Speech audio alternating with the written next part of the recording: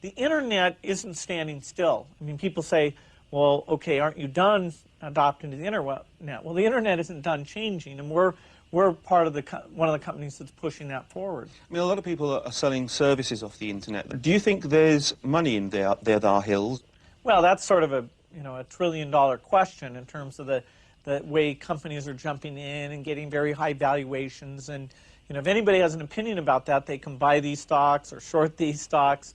I don't think anybody really has the answer. We know that the internet is going to help consumers. It's going to let them find products they wouldn't have found before, get better prices than they would have gotten before. The fact is that the competition here is more intense than anywhere else, because setting up a website is now just buying some boxes of software and buying a very low-cost PC server from the great companies that do that work, and boom, you're up there. You're just like everybody else.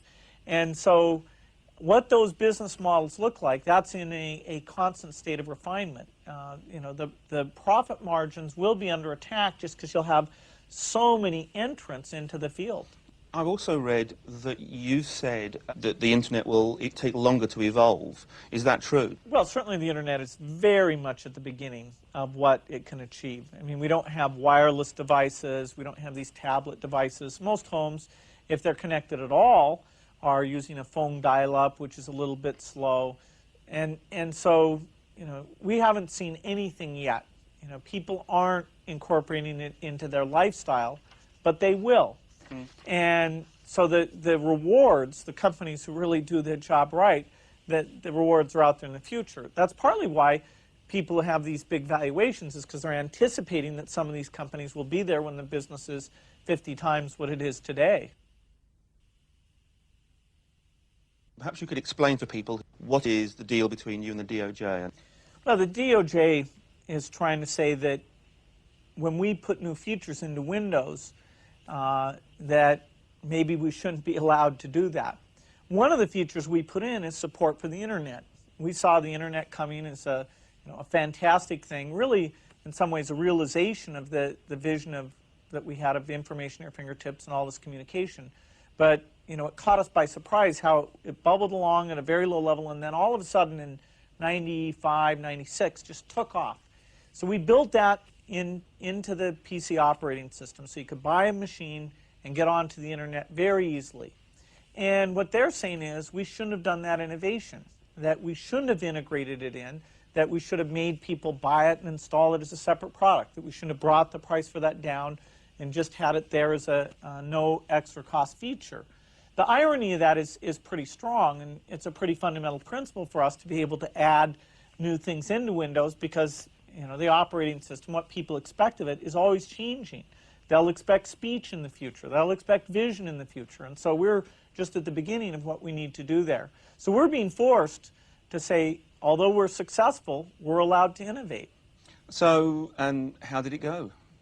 Well, the case is ongoing. The U.S. court system is not a fast process. In fact, I can guarantee you that no matter what goes on, there'll be many, many years before anything comes to a final conclusion. In the meantime, it's key to understand there's nothing holding us back in terms of improving the system, hiring the great people, moving ahead, because the opportunities now and the competition now is as intense as it's ever been. In the court case itself, would you do anything different from the way you've done it already? Oh, there's nothing that we look back on and say we would have done any differently. Our commitment to the internet, our commitment to bring those capabilities to people without charging them extra, that is the most pro-consumer thing we've ever done. But the actual court case, the whole thing about the video evidence, certainly what the press was saying, was that you'd got you came over not very well. Do you regret doing the video evidence? Well, I'm not involved actually in the court case. We did a video that proved exactly what we'd said, which is that the internet capabilities are really tightly integrated into the system. When you get help text, it's the internet thing.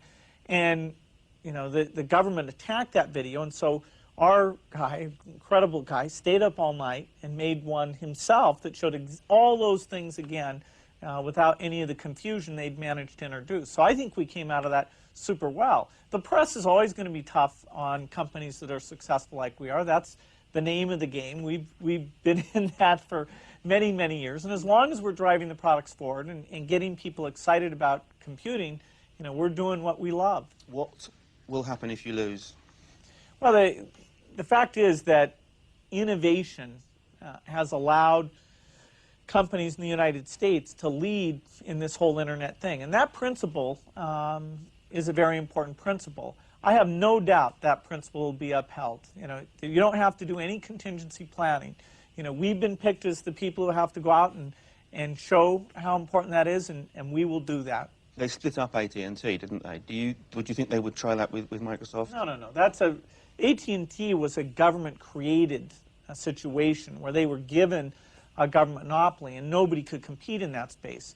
In our space, understand, the amount of competition is ever increasing, and that's partly why I love my job, because we've got to do new things. We've got to make it easier to use, more powerful, less expensive. We've got to go into these new form factors, and we're full speed ahead.